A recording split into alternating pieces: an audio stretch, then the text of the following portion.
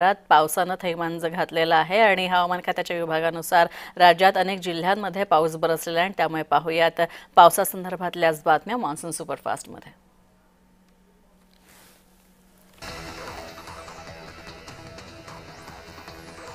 गेल्या 8 ते 10 दिवसांपासून होत असलेल्या ढगफुटी सदृश्य पावसानं हिंगोलीमध्ये वसमतमधील आसना नदीला पूर आलेला आहे. तर यामुळे आसपासच्या गावांना पुराचा विळखा बसलेला आहे. शेतीचं मोठं नुकसान झालं. सोयाबीन, कपाशी, हळद, तूर, मूगची पिकं पाण्याखाली गेली आहेत.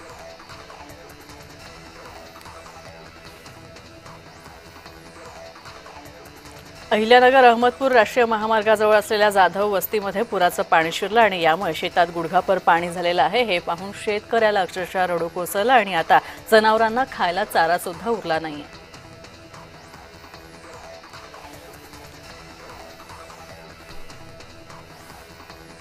हतनूर धरणाच्या क्षेत्रामध्ये झालेल्या दमदार पावसामुळे धरणाचे 8 दरवाजे उघडण्यात आले. तर धरणामध्ये 31,572 क्युसेक पाण्याचा विसर्ग सुरू करण्यात आला. नदीकाठच्या गावांना सतर्कतेचा इशारा देण्यात आला.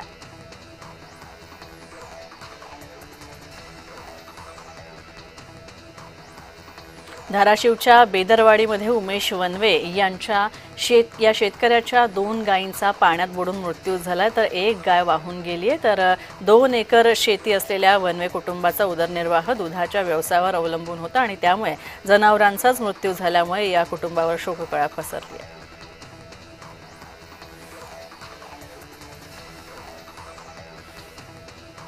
माढा तालुक्यातील सीना नदीला पूर आला. तर यामुळे उंदरगावला पुराचं पाण्याने वेढलेलं आहे आणि हजारो हेक्टर शेती पाण्याखाली गेली आहे. पिकांचं नुकसान झालंय. गावातील घरात पुराचं पाणी शिरलंय. ग्रामस्थ सुरक्षित स्थळी स्थलांतर करण्यासाठी प्रयत्न सुरू आहेत.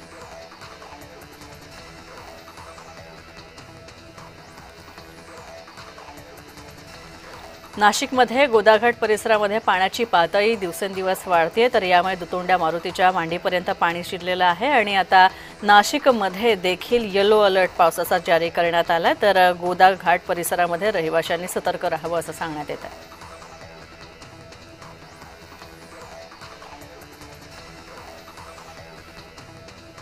बीडच्या गेवराई तालुक्यामध्ये अमृता नदीला पूर आला. तर पुराचं पाणी वाहू लागल्यानं गेवराई ते शेवगाव इथं गेवराई ते राक्षस भवन परिसरामध्ये वाहतूक बंद करण्यात आली आहे.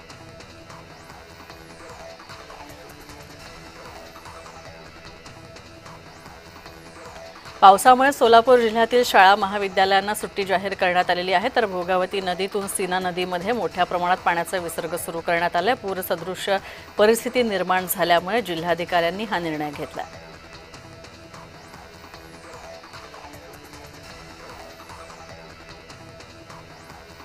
धाराशिव जिल्ह्यात गेल्या 3 दिवसांपासून मुसळधार पाऊस बरसतोय. पावसामुळे अनेक गावांचा संपर्क तुटला. तर आज जिल्ह्यातील सर्व शाळा बंद ठेवण्याचा निर्णय जिल्हा प्रशासनाने घेतला होता.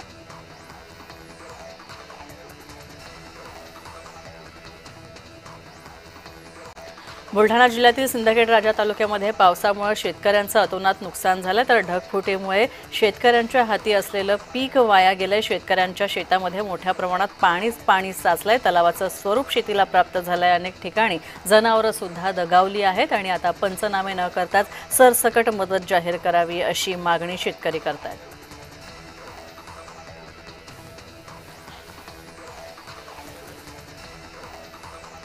बीड जिल्ह्यामध्ये अतिवृष्टीमुळे हजारो हेक्टरवरचं पीक वाया गेलेलं आहे. तर अनेक ठिकाणी विहिरींमध्ये गाळ जमा झालाय. यामुळे शेतकऱ्यांची चिंता वाढली आहे.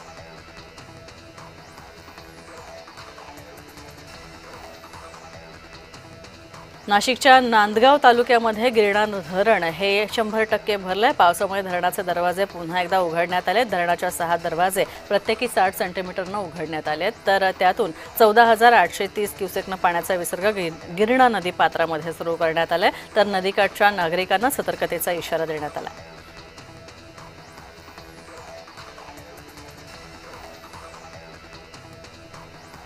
अहिल्यानगर जिल्ह्यातील विविध भागांमध्ये पावसानं जोरदार हजेरी लावलेली आहे. तर या जोरदार पावसामुळे नगर कल्याण महामार्गावर 2 दिवसांपासून वाहतुकीसाठी बंद करण्यात आलेला आहे आणि जिल्ह्यातील अनेक भागांमध्ये जनजीवन विस्कळीत झालं असून हवामान खात्यानं येलो अलर्ट जारी केला आहे.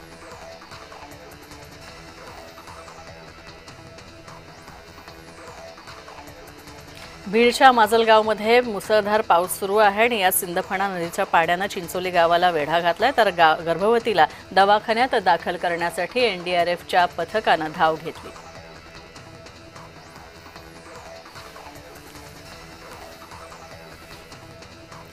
बीडमध्ये सुद्धा पावसाचा जोर कायम आहे। पावसामुळे जिल्ह्यातील शाळा आणि महाविद्यालयांना सुट्टी जाहीर करण्यात आलेली आहे तर बिंदुसरा नदीला पूर आलाय। हजारो हेक्टर शेतीचं नुकसान झालंय तर एनडीआरएफच्या पथकाकडून बचाव आणि मदत कार्य सुरू आहे।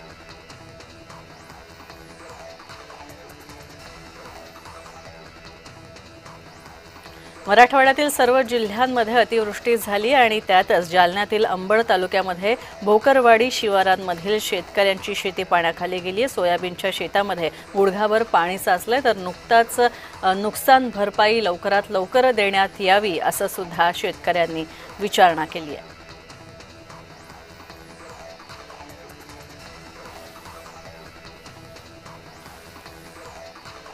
पैठणच्या नाथसागर धरणामधून 90,000 पाण्याचा विसर्ग सुरू करण्यात आलाय तर विसर्गामध्ये आणखी वाढ होण्याची शक्यता आहे। पैठण शहरासह तालुक्यात मध्यरात्री मुसळधार पाऊस झालाय।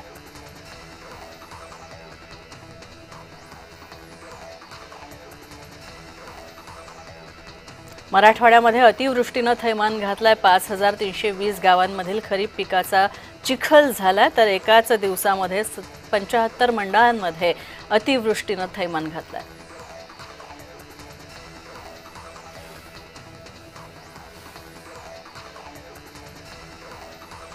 नांदूर हवेली गावातील पुरात अडकलेल्या 60 वर्षीय व्यक्तीला सुखरूप बाहेर काढण्यात एनडीआरएफच्या टीमला यश आलंय। वन्नू शेख पुराच्या पाण्यात एका झाडावर अडकून पडले होते तर 35 जण घराच्या छतावर अडकले होते।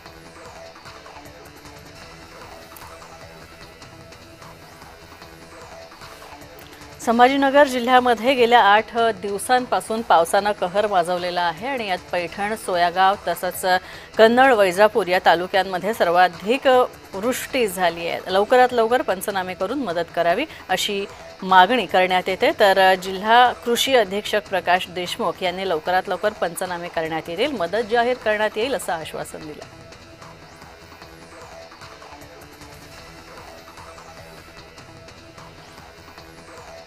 नागपूरमध्ये 6 जिल्ह्यांमध्ये अतिवृष्टीमुळे 42,600 हेक्टर पिकाचं नुकसान झालं तर बाधित क्षेत्राचे पंचनामे करून प्रशासनानं 37,70,00,000 रुपये नुकसान भरपाईचा प्रस्ताव शासनाकडे पाठवलेला आहे आणि त्यानंतर आतापर्यंत 13,56,00,000 रुपये मंजूर करण्यात आले। सप्टेंबर महिन्याचे पंचनामे अद्याप सुरूच आहेत।